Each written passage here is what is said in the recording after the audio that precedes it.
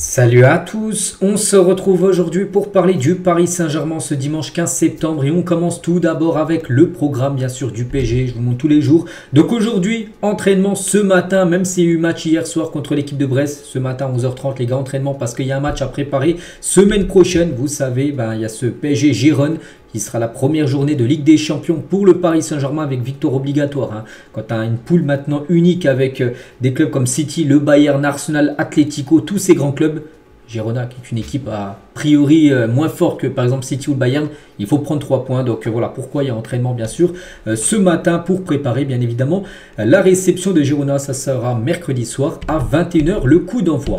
On continue les gars, on va parler cette fois-ci des futurs maillots. Les maillots déjà de la saison prochaine, il y a déjà des premières indications. Donc les maillots domicile extérieur du PSG pour la saison 2025-2026 arborera un design rendant hommage à la Tour Eiffel en bleu foncé avec des touches de rouge et de blanc. Le maillot domicile sortira en mai 2025 comme d'habitude. En mai, ça sera lors des dernières journées de Ligue 1, fin de saison qu'on connaîtra bien sûr le futur maillot. Mais voilà, on connaît déjà quelques infos. Et pour la première fois les gars, sur le maillot normalement domicile, il n'y aura pas de rouge. Après, je ne sais pas si ce sera véridique ou officiel ou j'en sais rien.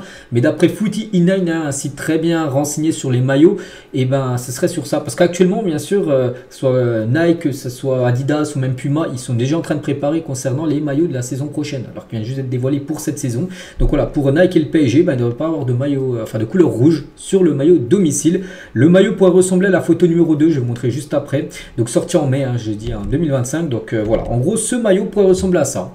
Avec un col en V, on peut voir qu'il n'y a pas de rouge. Peut-être qu'il y aura vraiment une touche de rouge, j'en sais rien. Mais voilà, de base, ce serait vraiment un maillot de couleur tout bleu. La saison prochaine, le maillot domicile.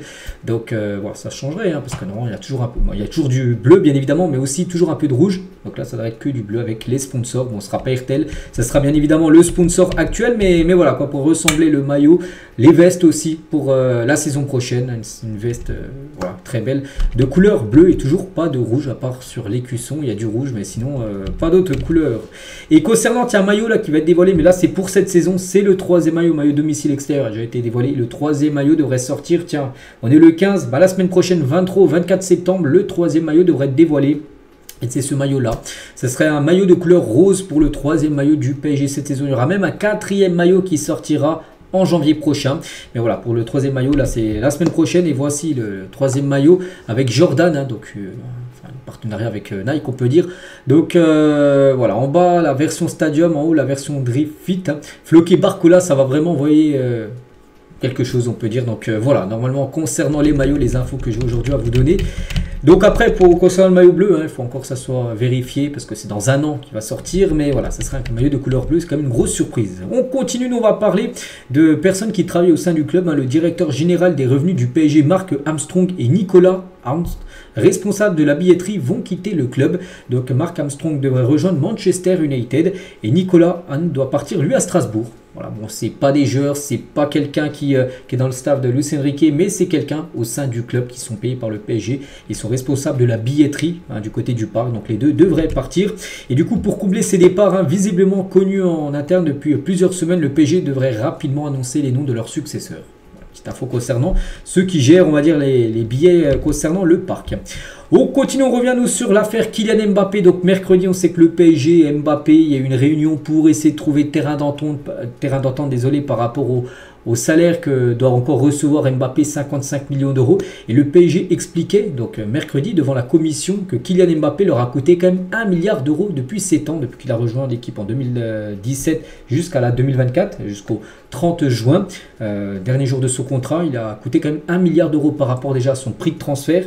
Plus de 180 millions d'euros, plus surtout les salaires après qui ont été énormes, où il touchait quasiment sur les derniers contrats 100 millions. Après, net, lui, il touchait peut-être 50, tout ça, mais brut, parce qu'il faut payer le double, il faut donner aussi à l'État, bien sûr, ça, les impôts. Donc c'est quasiment 1 milliard d'euros qu'a coûté Kylian Mbappé au PSG depuis 7 ans. Ça fait beaucoup. Donc si on avait pu prendre 10 milliards, on les aurait pris. Ça vous rappelle pas quelqu'un? Il a mis ça PSG Community. Ça nous rappelle tout simplement la mère de Kylian Mbappé qui avait fait une interview envoyée spéciale qui est sortie, je sais plus c'était quand, il y a quelques mois là. Et elle avait dit, voilà, si on aurait pu prendre 10 milliards, on les aurait pris. Voilà, bon, ils ont déjà, le PSG a déjà quand même payé plus d'1 milliard d'euros sur Kylian Mbappé. Et comme je dis, maintenant Mbappé fait partir au bras de fer avec l'équipe du PSG PSG pour... il veut pas trouver terrain d'entente à l'amiable, il veut partir au tribunal pour finaliser, on va dire, voilà, tous ces salaires qui n'ont pas été payés.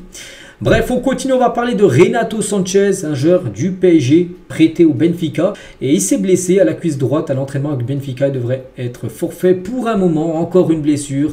Hein, c'est vrai que c'est terrible pour ce joueur. Déjà, le PSG l'avait prêté. N'oubliez pas qu'il était rentré un peu dans le deal avec João Neves. Mais lui, c'est un prêt. Hein. João Neves, lui, c'est officiel. Appartient au PSG, mais lui appartient toujours au PSG avec une option d'achat pour le Benfica, mais on pense qu'ils n'ont jamais levé cette option d'achat parce qu'il s'est de nouveau blessé. Il était beaucoup blessé au PSG, il avait été blessé quand le PSG l'avait prêté à l'AS Roma un peu partout. Donc c'est vrai que sa carrière hein, se résume à beaucoup de blessures. Hein. C'est dommage hein, pour Renato, lui envoie beaucoup de force parce que ça va être très compliqué mentalement, physiquement, moralement, voilà, par rapport à toutes les blessures qu'il peut avoir. Le PSG suit de près Guilherme Arana de l'Atlético Mineiro. Je ne cache pas, je ne connais pas le joueur, il joue défenseur gauche en gros, cela dans le but de renforcer le poste de latéral gauche du côté du PSG, ramener de la concurrence ou faire de temps en temps souffler Nuno Mendes, hein, parce que Lucas Hernandez toujours blessé, ou pas Hernandez de retour en janvier, et voilà, c'est pour ça qu'en janvier il pourrait peut-être avoir un nouveau défenseur gauche, ce joueur, Guilherme Arana, donc un nom à surveiller. On continue, tiens, je vous avais dit que quand le documentaire d'Angel Di Maria allait sortir sur Netflix, il est sorti, on est le 15, il est déjà sorti depuis le 12 septembre. Voilà, c'était en milieu de semaine, c'est vrai que j'ai oublié de vous le dire là, ces derniers jours, voilà, parce qu'il y a des... C'est par rapport à toute la carrière d'Angel Di Maria, n'oubliez pas qu'il a joué quand même pas mal d'années du côté du PSG, donc il y a pas mal de vidéos voilà, qui tournent de son séjour, on peut dire, au Paris Saint-Germain, donc c'est disponible sur Netflix. On va parler de FIFA, donc on est le 15, je crois que ça sort le 27 officiellement, le prochain FIFA, dans 12 jours. Et le PSG perd ses 5 étoiles de note sur FIFA. Une première depuis plus de 10 ans, depuis les 10 derniers FIFA, le PSG avait 5 étoiles sur 5. Et là, le PSG aura 4 étoiles et demie sur 5. Je sais pas, peut-être avec le départ d'Mbappé, ils ont dit, voilà, c'est un joueur quand même très méta dans le jeu FIFA, un joueur que beaucoup de personnes utilisent. Et vu que lui, il avait une grosse note Mbappé, donc du coup, c'est pour ça que le PSG n'a plus ses 5 étoiles, mais 4,5 sur 5. Voilà, bon, voilà, si vous êtes intéressé. Et on peut voir que voilà, ils ont dévoilé tous les clubs. Bon, il y a des équipes hein, qui ont 5 étoiles, comme Leverkusen, le Real ou Liverpool, mais le PSG, 4,5 maintenant en étoiles. On continue toujours avec FIFA, comme je dis, hein, ça va sortir là dans quelques jours. Et les joueurs aussi de Ligue 1 qui auront 5 étoiles de gestes techniques plus mauvais pied. Et bien il y a un joueur du PSG, c'est Ousmane Dembélé. Voilà, 5 étoiles mauvais pied, c'est-à-dire il sera aussi à l'aise du pied droit que du pied gauche. Et aussi 5 étoiles dans les gestes techniques, c'est-à-dire maximum de gestes techniques pour réaliser avec Dembélé. Concernant, ajouter à cela 3 icônes héros du championnat, dont David Ginola, 89 de note générale. N'oubliez pas que Ginola a joué au Paris Saint-Germain dans le passé. Et toujours, tiens, avec le PSG, toujours avec ce FIFA qui sort là, tiens, j'en parle parce qu'il y a pas mal d'infos vu que ça sort dans quelques jours. Et ben les stades, hein, il y aura 5 stades de Ligue 1 voilà, modélisés, on peut dire, dont bien sûr le PSG qui sera modélisé dans ce prochain FIFA.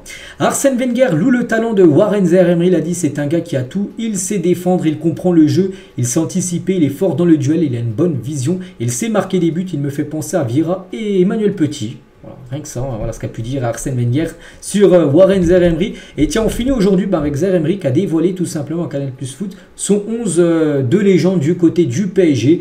Il a mis Lama au but, il a mis Maxwell, défenseur gauche, hein, avec Pilorget, légende. Hein, pas le deuxième joueur le plus capé de l'histoire du club. Derrière maintenant Marquinhos qui l'a dépassé. Donc Silva, Hakimi, défenseur droit. Il a mis Mota, Ronaldinho en 10 et Verratti. Mbappé à gauche, Di Maria, Ouraï, ailier droit et Zlatan Ibrahimovic. Voilà, c'est son 11 all-time 11 de l'histoire, on peut dire, du côté de Paris. Donc voilà les gars ce qu'il y a à dire aujourd'hui. J'espère que ça vous a plu. Donc nous, on n'a pas parlé du match hier soir, on en parlera comme d'habitude le lundi en début de semaine. Voilà, concernant ce PSG Brest. Allez, je vous laisse, je vous souhaite une très bonne journée et à demain.